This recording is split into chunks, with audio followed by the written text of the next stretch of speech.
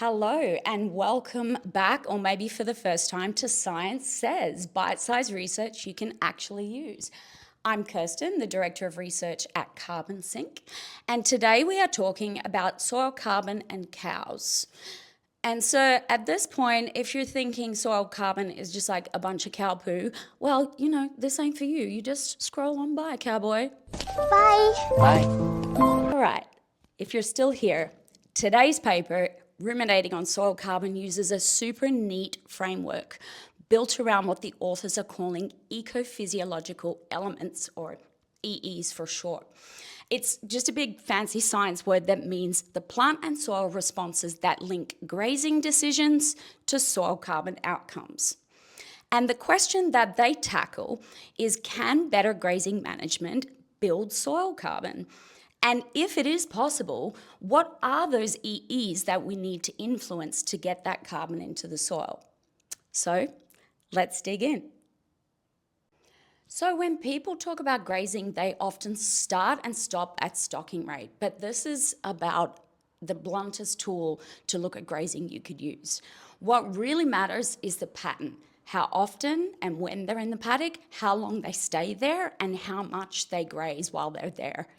So the authors are calling these the 4 levers: the frequency, how many times a paddock gets grazed in a year; the timing, so whether you graze early growth, mid-season, or late growth; and then the 3rd lever is the duration. So this is how long your animals are in there at each time that they're going into graze.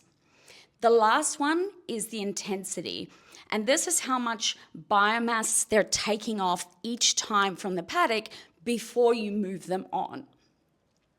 If you get these wrong, then you're going to lose cover, productivity, and eventually soil carbon. Get them right, and you can drive the processes that actually put these things back in, put the carbon back into the soil. Grazing changes 5 key ecophysiological elements, those EEs that we talked about that steer soil carbon. When we're talking about grazing and soil carbon, it's not just about how many animals you have, it's about the way that grazing changes those 5 key parts of the way your paddock actually works. So first, we've got the ground cover, right? You got to keep the soil covered and protect it from erosion and just stop it from baking in the sun. You're giving your microbes a safe and comfortable home to live. Secondly, productivity. Actively growing plants are like little solar panels, turning sunlight into sugars that feed the whole system. And so more growing plants basically just means more carbon flowing into your soil. Thirdly, we've got root allocation. If you can get those roots deeper and if they're more dense root structures, they deliver carbon straight into those more stable storage pools. Fourth, we have the input quality. So fresh, high nitrogen feed and manure are like premium fuel for microbes. That helps them to lock carbon away in more stable forms. And fifth, we have diversity. Of course, we know diversity is the spice of life after all, but a good mix of species and growth habits will fill more ecological gaps, and that kind of spreads your risk. It helps keep the carbon steady gains year after year. So if you can manage these 5 levers really well, you're not just adding more carbon, but you're moving it into more stable forms like mineral-associated organic matter protected by soil minerals, but also you're keeping a steady stock of particular organic matter coming into the system for the more short and medium-term cycles. So next we have ecosystem structure. And when I'm talking about structure, I mean the way that plants, litter, roots, all of those work together to protect the soil and keep the carbon in it. We build that structure by keeping the ground covered and leaving a bit of dry feed on top sometimes. That cover can shield the soil, hold the moisture, and keep those microbes happy.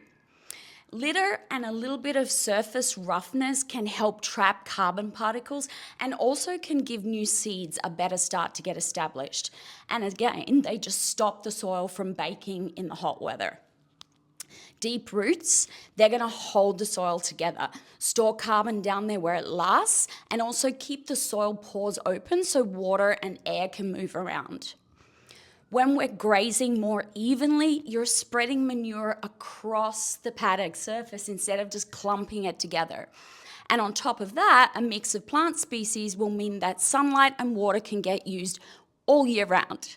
So we're looking to be in like the Goldilocks zone, that sweet spot. If we graze too lightly for too long, then the feed can go rank, it's going to shade out any fresh growth, and the structure is going to stagnate and the carbon gains are going to fall. But if we're grazing too hard, we're going to end up with bare soil, compaction, and super shallow roots. And that whole structure is going to break down, and then you're going to leak carbon out of your system like nobody's business.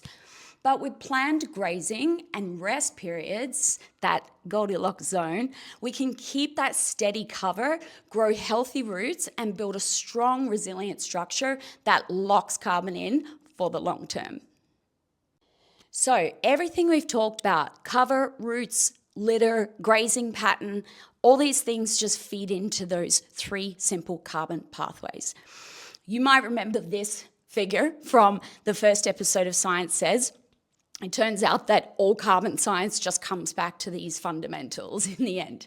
So the first is obviously we're trying to get more into the system. So every leaf, root, every bit of manure, that's carbon coming into your system. And of course, more healthy growth means more carbon inputs. Secondly, we want to stop it from leaving. If your soil is covered and cooler, you slow erosion down and you stop microbes from burning carbon too quickly. And then third, making better use of what actually comes in. So young green feed and good manure give microbes exactly what they need to turn plant material into stable carbon. So if your grazing pattern supports all these 3 pathways, you're not just holding onto carbon, but you're building it. So the evidence from this paper is promising. But importantly, context matters. Like last time, context matters. Responses are going to differ with climate, with soil type, with pasture composition, and of course, the massive one, rainfall. So most data from these types of papers are kind of shorter term trials. Long-term replicated Australian studies on grazing and soil carbon are still super limited. We need more of those. The bottom line, though, is that you should treat grazing like a tool in the toolbox, not a guarantee. And make sure that you're always tracking your inputs and your outcomes. Because done well, grazing isn't just compatible with soil carbon, it could drive it. Next time on Science Says, we're digging into a WA-based paper that asks, can grazing unharvested lupin crops actually pay off in dollars and in livestock performance? And spoiler alert, it's not just about the feed, the margins actually might surprise you. I'm super excited about this next paper. If you are finding Science Says useful, hit follow, save it, or share it with a cowboy you care about.